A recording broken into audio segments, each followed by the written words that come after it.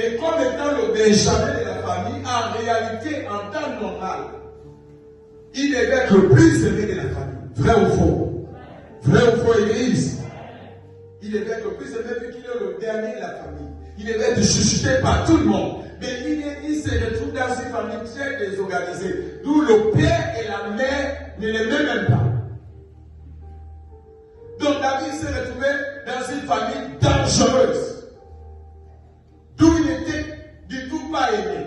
Comment vous pouvez envoyer vos Benjamins en forêt pour aller s'occuper des animaux? Entre-temps, ces grands frères sont à la maison assis à ne rien faire.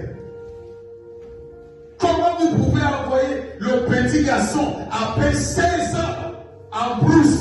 Entre-temps, il y a 16 aînés, 35 ans, 40 ans, Shabbat, il y a tous ces mondes à la maison à ne rien faire. Mon enfant, le Benjamin, dites avec moi la méchanceté. Je t'entends pas dire la méchanceté. Ils l'ont envoyé. Ça prouve à quel point on n'aimait pas David au sein de sa famille. À quel point il n'était pas du tout aimé au sein de sa famille. Mais la Bible dit, c'est dans cette famille-là que Dieu l'a envoyé. Nous ne venons pas tous d'une bonne famille. D'autres viennent de familles très dangereuses, d'autres viennent de familles mystiques. Quelqu'un m'entend bien ce soir? Donc vous venez des familles mystiques, d'où il y a trop de mysticisme, d'où il y a trop de sorcellerie, d'où il y a trop de vampires, d'où tout est mystique, rien n'est normal, rien n'est naturel. Il y a touché un vampire, il y a touché un sorcier, il y a touché un ganga au sein de votre famille. Mais Dieu a trouvé mieux que tu n'aies de cette famille. Suivez-moi. Et quand Dieu permet à ce qu'on naisse dans de telles familles, c'est parce qu'il a un plan pour nous. Il y a un plan. C'est pas Jérémie, il le dit, avant que tu ne sois dans le sein de ta mère, je te connaissais déjà. Donc avant que ton père et ta mère ne se rencontrent, Dieu savait que ta famille était une famille où il y a trop de vampires ou de sorcellerie, mais il a permis quand même que tu naisses dans cette famille. Pourquoi? Parce que tu es la personne à qui Dieu a remis le manteau pour changer l'histoire de ta famille. Si tu te reconnais, tu dis Amen bien. Si tu te reconnais, tu dis Amen bien. Et on envoie David en brousse face au lion. Comment un enfant peut-il survivre devant les animaux sauvages à peine 16 ans? Comment peut-il survivre à peine 16 ans? Un enfant, un bébé, au milieu des lions, que peut-il faire face à un lion à 16 ans? C'est pour dire, David a été livré par sa famille, rejeté et abandonné par sa propre famille. À d'autres termes, écoute-toi. Et il y a une personne ici présente au son de ma voix. Dès la naissance, tu te bats. Dès la naissance, tu souffres. Personne ne t'aide. Personne ne dit à ton soutien.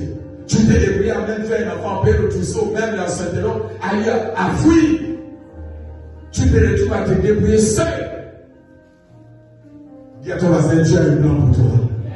Non, dis ça bien parce que Dieu a un plan pour toi. Tu te débrouilles depuis le jeune âge. Tu as commencé à être responsable. Donc à partir de 10 ans, 15 ans, et parfois ce sont eux qui s'occupaient même de leur propre famille. Entre-temps, quand on est enfant, c'est les parents qui doivent s'occuper des enfants. Mais c'est maintenant l'enfant qui s'occupe maintenant de ses propres parents. Dites avec moi erreur. Dites avec moi erreur. Et beaucoup ont grandi comme ça. Mais laissez-moi vous dire, c'est négatif, ce n'est pas une bonne chose. Mais parfois, Dieu passe par là pour faire de toi quelqu'un dans la vie. Dieu passe par là pour te forger et faire de toi quelqu'un de merveilleux, excellent dans la vie. David était un enfant abandonné et rejeté par ses deux parents. Sa mère et son père l'ont abandonné et rejeté, envoyé en brousse pour aller se faire tuer par les animaux. Mais Dieu veillait sur lui. C'est pas la Bible déclare que le Dieu que nous prions de sommeil et il veille sur nous. Si Dieu a permis que tu atteignes cet âge, malgré tout ce que tu as vécu, malgré ton parcours, tu allais même avec les hommes à gauche à droite, tu n'as pas eu de maladies bizarres dans ton corps. C'est parce que Dieu avait toujours un plan pour toi. Qui a commencé? Dieu a un plan pour toi. Non, s'il n'est pas convaincu, dis à toi-même, Dieu a un plan pour moi. Non, je l'attends plus fort. Dieu a un plan pour moi. Dieu a un plan pour moi. Et Et David était rejeté par ses parents. Regardons Psaume 27. Vous allez voir le verset 9 et le verset 10. David lui-même le dit. Psaume 27, verset 9 au verset 10. Il a été rejeté par ses parents. Qui a la page rapidement? Psaume 27, Oui. Verset 10, oui. Ne me cache point ta face. Ne repousse pas avec honneur ton serviteur. Oui. Tu es mon secours. Il est riche mon secours, oui. Ne me laisse pas. Ne me laisse pas. Ne m'abandonne pas. Pourquoi? Parce qu'il a déjà été abandonné par ses parents. Mais là, il supplie l'Éternel Dieu. Seigneur, ne m'abandonne pas. Je suis ton serviteur. Je suis ta fille, je suis ton fils. Souviens-toi de moi. Ne me rejette pas comme les hommes m'ont rejeté. Pense à moi, Seigneur. On va pouvoir, lorsque nous traversons des moments difficiles, nous devons lever les yeux vers le ciel. Seigneur, pense à moi. Oui.